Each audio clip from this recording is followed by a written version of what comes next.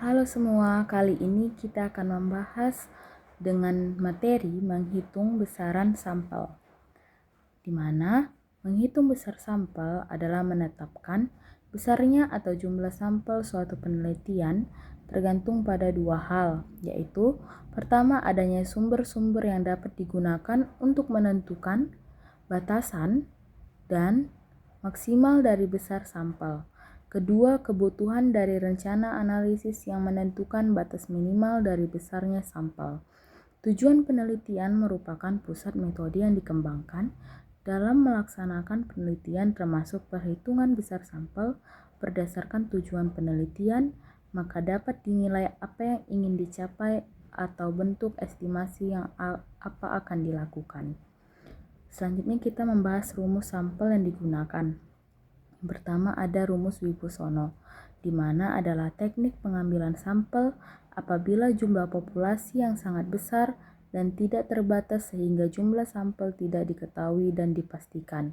Dengan rumus dapat kita lihat pada gambar dan juga di mana dengan keterangan N jumlah sampel seluruhnya, Z skor standar, alpha standar deviasi dan standar deviasi, serta E tingkat kesalahan.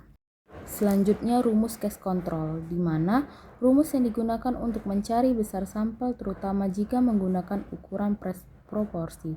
Dengan rumus dapat kita lihat pada gambar, di mana dengan keterangan N1 sama dengan N2, besar sampel minimum, Z-nya yaitu nilai distribusi normal baku pada tabel Z, ZI beta nilai distribusi normal baku, P1 proporsi pada kelompok kasus dan P2 proporsi pada kelompok kontrol.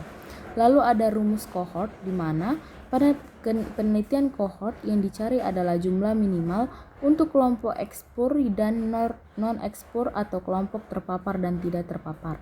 Rumusnya dapat kita lihat di mana dengan keterangan N jumlah sampel tiap kelompok, Z1 alpha per 2 adalah nilai pada distribusi norma standar yang sama dengan tingkat kemaknaan alpha untuk alpha 0,05 dan 1,96 dengan ZI beta dengan nilai pada distribusi norma standar yang sama dengan kuasa atau power sebesar yang diinginkan dan standar deviasi kesudahan U1 main outcome kelompok tidak terpapar dan U2 main outcome kelompok terpapar. Selanjutnya ada rumus Crazy dan Morgan, di mana sampel adalah bagian dari populasi yang diambil mewakili populasi yang sedang diteliti. Rumusnya dapat kita lihat pada gambar dengan keterangan N ukuran sampel, N kapital ukuran populasi, X2 nilai C kuadrat, D galat pendugaan, dan P proporsi populasi. Lalu ada rumus Lemsow, di mana penelitian menggunakan rumus Dai-Lemsow karena populasi yang dituju sangat besar dan jumlah dapat berubah-ubah. Rumus dapat kita lihat pada gambar, di mana dengan keterangan N jumlah sampel, 2 kurang nilai standar 1,96, P maksimal estimasi, dan D alpha 0,10 atau sampling error 10%. Selanjutnya ada rumus Slovin, di mana perhitungan pada besar sampel ini sangat penting dalam penelitian.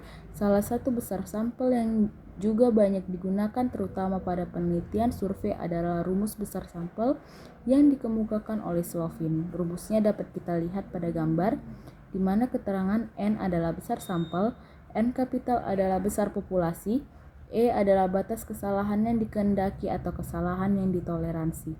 Selanjutnya ada rumus besar sampel untuk mencari proporsi, di mana perhitungan ini bertujuan untuk menentukan jumlah minimum subjek yang dibutuhkan agar hasil penelitian dapat digeneralisasi ke seluruh populasi dan tingkat kesalahan tertentu. Rumusnya dapat kita lihat pada gambar, di mana Q adalah 1 kurang P, N adalah jumlah sampel, Z adalah tetapan, P adalah prevalensi atau proporsi yang diharapkan atau bisa juga dapat dari studi sebelumnya, dan D adalah presisi. Selanjutnya ada rumus Isaac dan Mikhail, di mana juga mengembangkan model penentuan jumlah sampel dari populasi tertentu. Menurut Kuntojo dalam Mukhadis, apabila jumlah populasi dalam suatu penelitian dipandang terlalu besar oleh peneliti, maka tidak perlu dilakukan penelitian pada keseluruh anggota populasi. Rumusnya dapat kita lihat pada gambar, di mana DK-nya 1, taraf kesalahan bisa 1%, 5%, dan 10%, 0,5, 0,05 dengan jumlah sampel dengan keterangan jumlah sampel sama dengan C kuadrat yang harganya tergantung derajat kebebasan dan tingkat kesalahan. Untuk derajat kebebasan 1 dan kesalahan 5%, harga C kuadrat adalah 3,841 dengan jumlah populasi P peluang benar 0,5 dan O peluang salah 0,5. Selanjutnya ada rumus Taro-Yamae di mana perhitungan pada besar sampel ini sangat penting dalam penelitian. Salah satu besar sampel yang juga banyak digunakan terutama dalam penelitian survei adalah rumus besar sampel yang dikemukakan oleh Slovin dan Taro-Yamae. Rumusnya dapat kita lihat pada gambar di mana dengan keterangan N adalah jumlah sampel, N kapital adalah jumlah populasi, dan D adalah batas kesalahan yang dikehendaki atau kesalahan yang ditoleransi. Selanjutnya kita akan membahas soal pertama. Seorang peneliti ingin mengetahui status gizi mahasiswa di sebuah kampus dengan populasi 800 orang. Karena keterbatasan waktu, peneliti menggunakan accidental sampling yang menentukan jumlah sampel dengan rumus Slovin E 10%. Berapa jumlah sampel minimal? A 80, B 89, C 90, D 100, E 110. Jawaban yang benar adalah B 89 dengan pembahasan rumus Slovin sama dengan N sama dengan N per 1 tambah N E kuadrat, di mana N sama dengan 100 per 1 tambah 100 dikali 0,1 kuadrat dengan hasil 89. Selanjutnya soal nomor 2. Peneliti pada pasien CKD menggunakan proporsi sampling dengan rumus Lemesow atau proporsi tidak diketahui P sama dengan 0,5, Z sama dengan 1,96, D sama dengan 0,1. Berapa sampel minimal? A 85, B 90, C 96, D 100, E 110. Jawaban adalah C 96 dengan pembahasan N sama dengan Z kuadrat kali P kali Q per D kuadrat, di mana sama dengan 1,96 kuadrat dikali 0,5 dikali 0,5 per 0,1 kuadrat dengan hasil yaitu 96.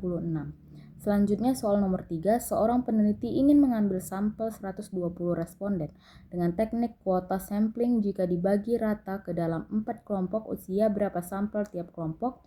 A 20, B 25, C 30, D 35, E 40. Jawaban yang benar adalah C 30 dengan pembahasan jumlah sampel atau jumlah kelompok itu sama dengan 120 bagi 4 yaitu 30.